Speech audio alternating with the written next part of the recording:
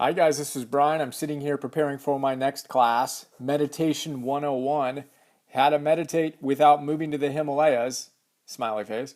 And I thought I'd do another one of these videos. Top 10 or so. Favorite big ideas on how to develop a meditation practice. We're going to unpack these ideas in about a 90-minute class as part of our membership dealio. If you haven't joined that yet, what are you waiting for? $10 a month, get access to 250 Philosopher's Notes plus 5 new Philosopher's Notes every month, PDF, MP3, and one of these classes every month. So we've done Optimal Living 101, a reboot class, Habits 101, Getting Stuff Done 101, Confidence 101, and we'd love to have you join us. Either way, I want to share some ideas here, and my intention is at least one person is going to get at least one idea that will significantly change your life. So let's jump in. The first thing I want to do, actually, I want to read a quote to you. This is Jonathan Haidt. See how we can make that easy to read. Jonathan Haidt, The Happiness Hypothesis. He's a leading scientist out of NYU these days. He tells us, suppose you read about a pill that you could take once a day to reduce anxiety and increase your contentment. Would you take it? Suppose further that the pill has a great variety of side effects, all of them good. Increased self-esteem, empathy, and trust.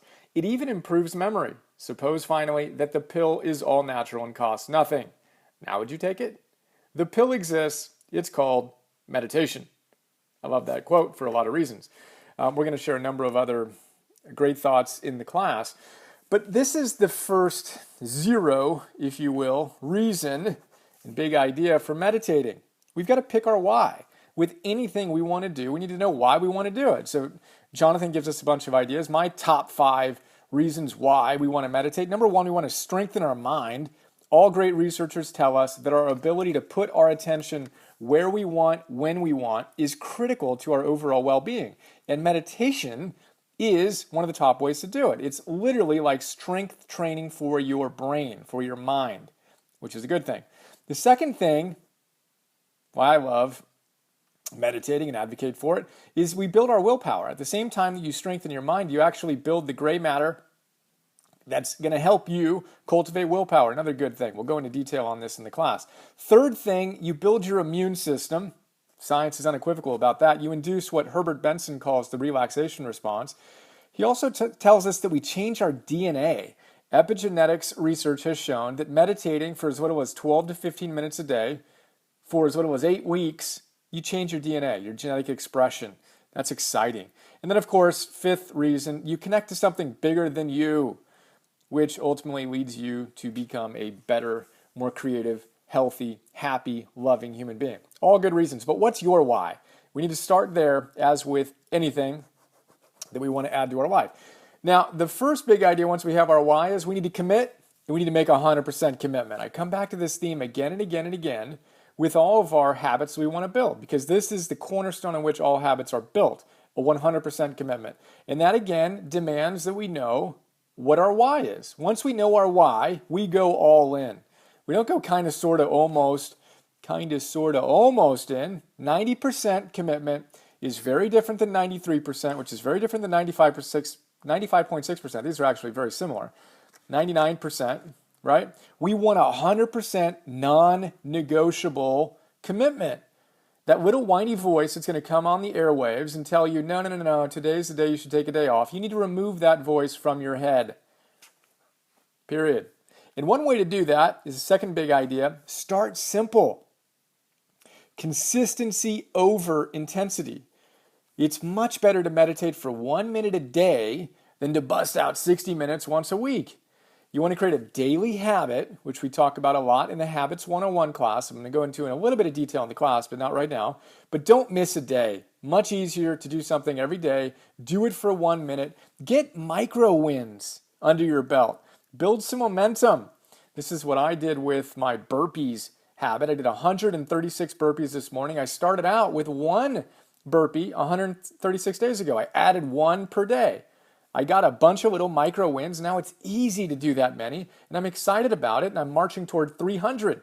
I'm doing the same thing right now with pull-ups. I'm just starting at 1, and I'm going to build that up, see how far we can go. But the idea here is that you want to Plan for the finish line, not the starting line, right? If you go for 60 minutes out the gate, you're not meditating at all right now, you're likely to crash. And then you're going to be a hero in the beginning. Eknath Eswaran tells us, don't be a hero in the beginning. These are the people who, when they start a habit, you and I are among these people, we all do this at times, you start a habit and there's trumpets and fanfare and celebration, and yeah, I'm going to do this, I'm going to change my life. And then your enthusiasm wanes, and Eswaran says you tiptoe out the back door. It's because you started at the finish line. You were trying to do way too much. Plan for the starting line, know that you'll build to the finish line, and just do it. And again, look at it over horticultural time. Too many of us want results immediately. When we don't get it immediately, we give up. Another variable to think about here that we'll talk about in the classes, it doesn't matter what you feel like. You said you're going to do it. You made a 100% commitment. You made it easy with a 1 minute a day minimum commitment. Then you just do it. You do it again, and you do it again, and you do it again. We're going to talk about that at the end here as well. Okay, so that's some high-level stuff. Practically speaking, let's explore some ideas. People always ask, how do I sit? Well, Jon Kabat-Zinn has the best advice I've heard here. He says, sit with dignity. Even as I read that, I fixed my posture a little bit. So think about that. When I ask you to sit with dignity, and you ask yourself, hey, let me sit with some dignity here, see if you don't adjust your posture, and know that your posture affects your mind, and vice versa. So if you want to get into a good, nice, noble mind state, get into a noble posture. Sit with dignity. Really cool idea. In the class, we're going to talk about something called strong determination that S.N. Gwenka introduced me to. The idea is you don't open your eyes, your hands, or your legs during your entire meditation session. And you got to recognize the fact that your fidgets and your itches that you want to go after are more mental than physical. We're going to talk about that in some more detail. But yeah, there's some pain that you want to pay attention to, but all of your little fidgets and your little itches, that says more about your mind not settling down than anything. We want to discipline that. The fifth big idea is to breathe and drop in. Breathe and drop in. I like to start every one of my meditations with 5 nice deep breaths. We're going to talk about some different ways to do that. But the basic idea is we want to go from beta brain waves to an alpha brain state. And one of the best ways to do that is via our breath. So we'll talk about the induction phase of our meditation. And this is related to our posture. You want to slow down, sit up nice with dignity, and then breathe nice and deeply. That will slow your mind down in some really powerful ways. The sixth big idea here, is to pick an anchor. Okay, so we've picked our why. We've committed 100%. We're starting simply. We're not going to be here in the beginning. We're in this for the long run. We're sitting with nice dignity. We're breathing deeply. Then what do we do with our mind? Then we pick an anchor. Different traditions recommend different anchors. Anything from a mantra or a prayer is a great way to meditate. Eknath Eswaran talks about that. Your breath, of course, is great. You can count your breaths. Whatever you do, pick an anchor. And think about it like this. Sailors, when they're out on the open sea, they want to reduce their drifting. What do? They throw an anchor overboard. It lodges them into one location. You want to have an anchor so you can fix your attention on one point and reduce drifting. You want to know that the smaller the area of your focus, the greater your attention, not just to meditation, but everything in your life. So we'll talk about finding an anchor, but know that that's hugely important. The seventh big idea, your mind is going to drift. A lot of new meditators think that they need to turn their brain off, and if they can't turn their brain off, something's wrong. It's not about turning your brain off. Your mind will wander, period. Doesn't matter how long you meditate, it will wander. You might have longer spaces between the time it wanders, but just bring it back. Don't make it a big deal. Just bring it back. Think of it like strength training.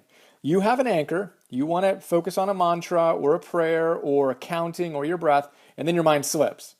You know it's going to slip. You don't make it a big deal. You say to yourself, oh well, and you passively, neutrally bring yourself back to your anchor again and again and again. You do that, and it's like doing reps for your mind.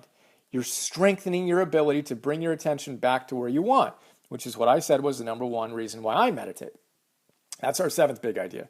The eighth big idea is to brush your brain. It's related to the OL. Herbert Benson shared both of these ideas with me. He's out of Harvard, one of the leading scientists studying meditation. He says, look, when you brush your teeth, are you judging your meditation, your toothbrushing?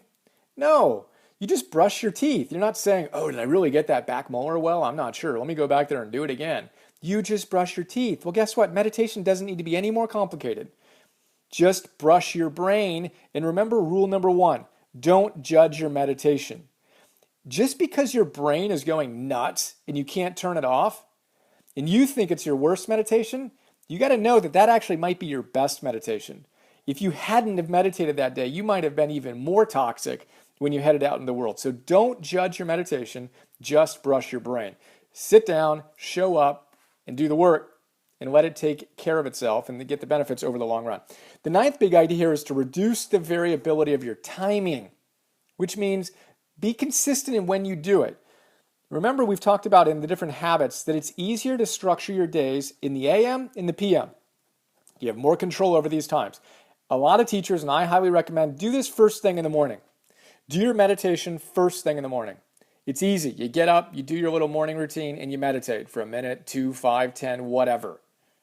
Or whatever works best for you, if it isn't that time. But be consistent. And remember these bookends. It's easier to get things you're going to do every day, first thing in the morning, or at the end of the day when you have more control over your schedule. But again, reduce the variability and try not to miss a day. The 10th big idea is work diligently, patiently, and persistently. S.N. Goenka, who's one of the leading Vipassana teachers, I did a 10-day silent meditation with him back in the day. And he said again and again and again, work diligently, work patiently and persistently, and you're bound to be successful, I literally heard that certainly dozens of times, if not hundreds of times, in this beautiful, lyrical Burmese accent, and it's stuck in my head. Everything in life, we just need to work diligently, patiently, persistently. We're bound to be successful. But the problem is most of us don't approach life or meditation or anything with a sense of mastery. We want one climax after another. We want to feel immediate benefits and just have our lives be amazing always. George Leonard tells us we need to learn to love the plateau. You have a gain, and then you got a plateau. Little gain, a plateau. Big gain, plateau.